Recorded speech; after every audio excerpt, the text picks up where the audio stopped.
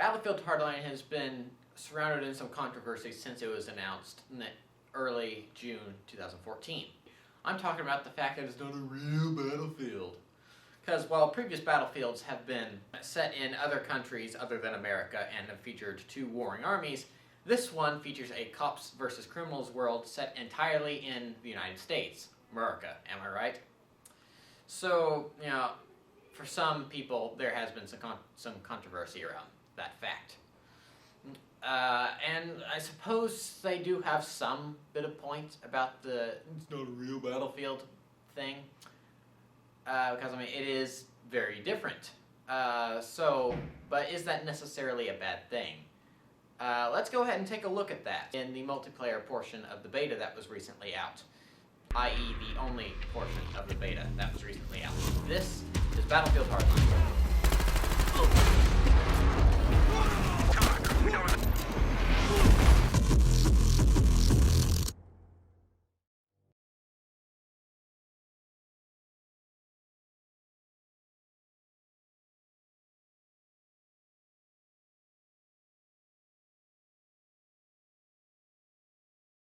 Advertisements on the Battlefield website have been saying that this is the fastest Battlefield ever. This statement is completely true as you're constantly on the move. Whether it's playing the new Hotwire game mode or attempting to get a massive bag of cash to an extraction point, you're going to be running, jumping, shooting, and much more than usual. First, let's delve into the three modes that were available in the beta. The first is called Heist, and centered around a bank heist. The criminal's job was to get in and steal the cash in the safe while it was up to the cops to stop them. This mode was in the original beta back in June 2014, and the problems that persisted in it have pretty much been fixed. One of the problems with it originally was that there was only 2 fixed points for the robbers to get to, making it easy for the cops to just camp at those sites and absolutely slaughter the competition. This has been rectified, however, as there are now 3 randomized exfil points. While it is going to be one of the same 3 each time, you don't know which one of the 3 it's going to be, thus making it a little more fair toward the criminals. However, one of the 3 drop-off points is literally right in front of the cop spawn point on the map Bank Job, which makes it easier for them to go on that before-mentioned camping streak. This is an issue that will need to be changed before the game launches. The second game mode was called Hotwire and is basically Conquest with a new twist. Instead of capturing stationary flags to get points and drain the enemy tickets to 0, both teams fight for control of moving vehicles. The criminals attempt to steal them while the cops repossess them. This is the game mode I found the most fun. While Heist could get frustrating if you're playing against a very coordinated team, Hotwire had more of the lone wolf moments. And yes, I know there is an emphasis of teamwork in Battlefield, but it's rare when it happens extremely well. Hotwire is a case when it does happen extremely well. One of the best things about it is that, with the added game mechanic of hanging out the window of a car, you can get some really fun movie-type cinematic chases going. With cars bumping into one another and people firing grenade launchers at one another, it gets pretty hectic and awesome at the same time. That brings me to another thing. There's a radio in all the cars. This adds to the cinematic-ness, if that's even a word, of it as you hop in a car and then an epic rock song starts playing. It'll make you feel like you're playing a heist movie from the 90s, just without the Nicolas Cage. Then that brings me to Conquest. Nothing really different here, it's just the same old Conquest that's become a staple of Battlefield. The only real issue I had with this mode was that I just didn't have as much fun as I've had in previous Battlefield games with it. It just doesn't fit exactly into the cops versus criminals scenario as well as I'd hoped. Now, before you start bashing the game left and right, let me finish. We also only got to play Conquest on one map, Dust Bowl.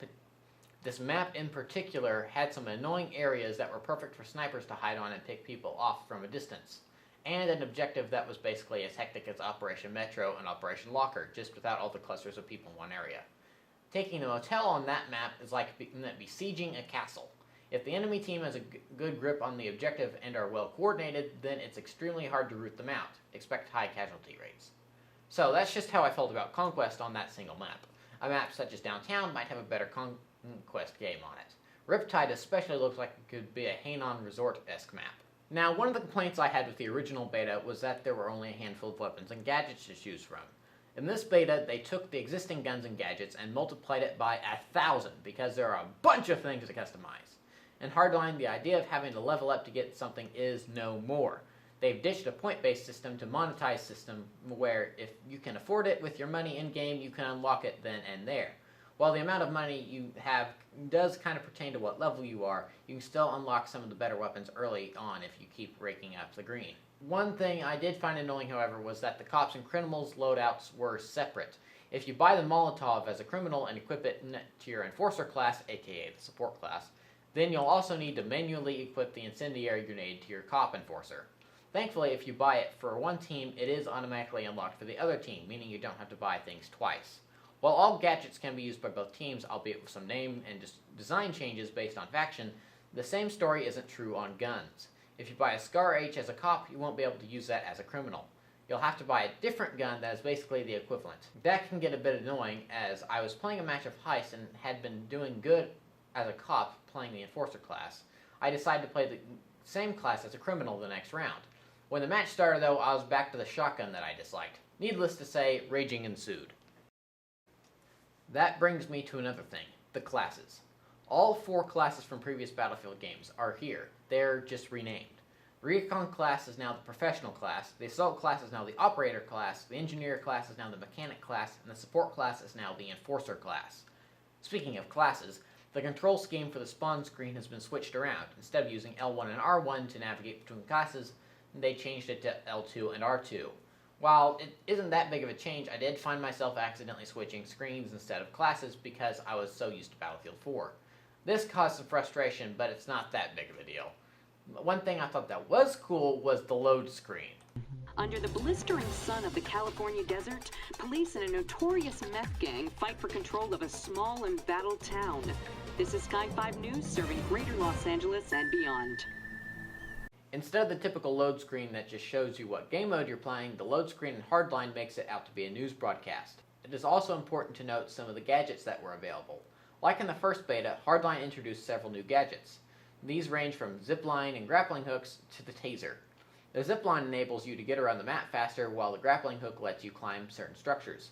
The taser also introduced a new mechanic to Battlefield, non-lethal takedowns. A taser will tase enemies into submission, while weapons such as the baseball bat and police baton allow you to arrest people. After an enemy has been tased or arrested, they can be interrogated to give the locations of their nearby teammates. This allows you to tactically think of your way out of a situation that you find yourself stuck in, or allows you to set up an ambush.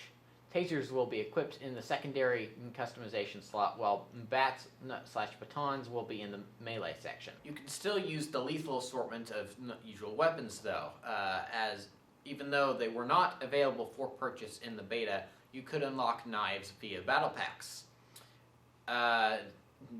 Using these knives, you could take down an enemy from the front or the rear. Taking down an enemy from the front got rid of the Battlefield 4 style of counter-knifing, unfortunately, where it went back to the Battlefield 3 style and just did, the swipe knife. Yay. But then the takedowns from the rear got kind of brutal, and I wasn't able to capture any of that footage.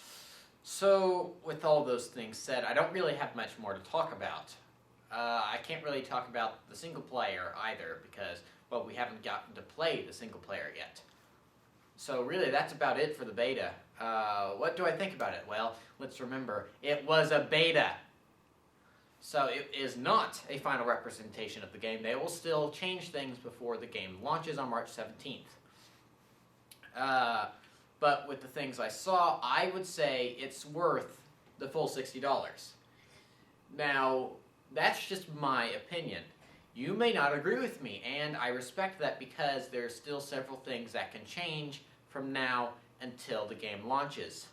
So, really, I say it's worth the full $60 right now, but really, I have no clue because it's not actually out yet. So this episode is actually to be continued. I'll see you with my full review after the game launches on March 17th.